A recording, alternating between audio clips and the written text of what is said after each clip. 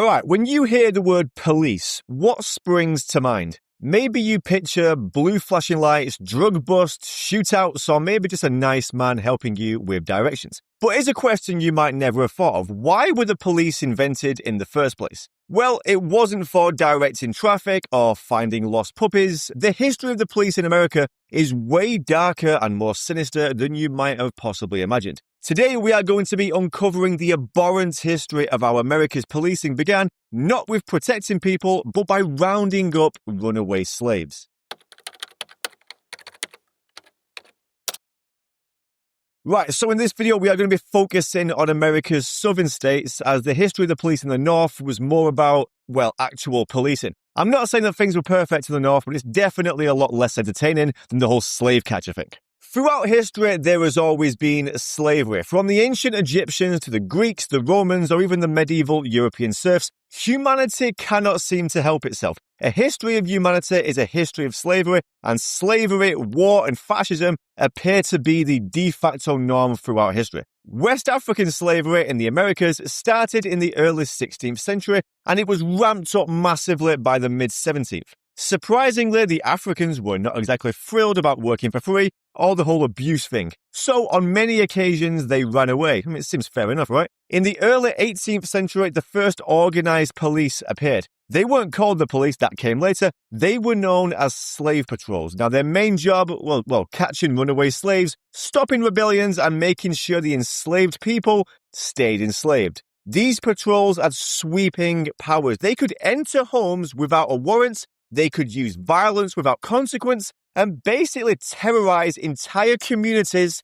into submission. So similar to the modern LAPD. These patrols weren't just random vigilante groups either. They were officially organized, government-backed, and funded through taxpayers' money. Slaves who were caught often suffered a fate worse than death. Whipping was the most common, but slaves could also be mutilated by having their ears, toes, or even hamstrings cut off. They could also be branded so that in future people know who the trouble causers were. These punishments were usually done in front of other slaves to set an example. More severe punishments, yes, it gets worse, could be lynching or even outright executions. In 1829, a patrol in Georgia publicly whipped and branded 3 runaway slaves in front of 200 other enslaved people just to make a point. The government, especially in states such as South Carolina, Virginia, or Georgia, had written laws basically granting the police to bestow whatever punishment they thought fit on the runaway slaves. They were told to use whatever force necessary.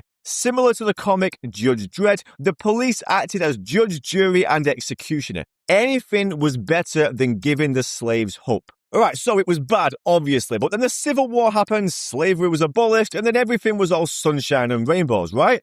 Right? Well, no, not really. The police were rebranded. In many southern towns, former slave patrol members transitioned directly into the new police departments. It was a different name, different uniform, but the same basic mentality. The new police enforced black codes, or Jim Crow laws, making sure that newly freed African Americans didn't get any funny ideas about fairness or equality. So yeah, this basically explains why most black people don't trust the police. I mean, you can't really blame them, to be fair. Right, so the next time someone tells you that policing in America has a noble history and has always been about protecting and serving, you have my permission to call that person a moron. It's not an insult, it's a statement of fact. Because the uncomfortable truth is, policing wasn't built on a foundation of fairness or justice. It was built on maintaining the status quo and enforcing slavery. Right, if you enjoyed the video, please leave a like and subscribe and let me know your thoughts in the comment section. Thank you for watching and have a great day.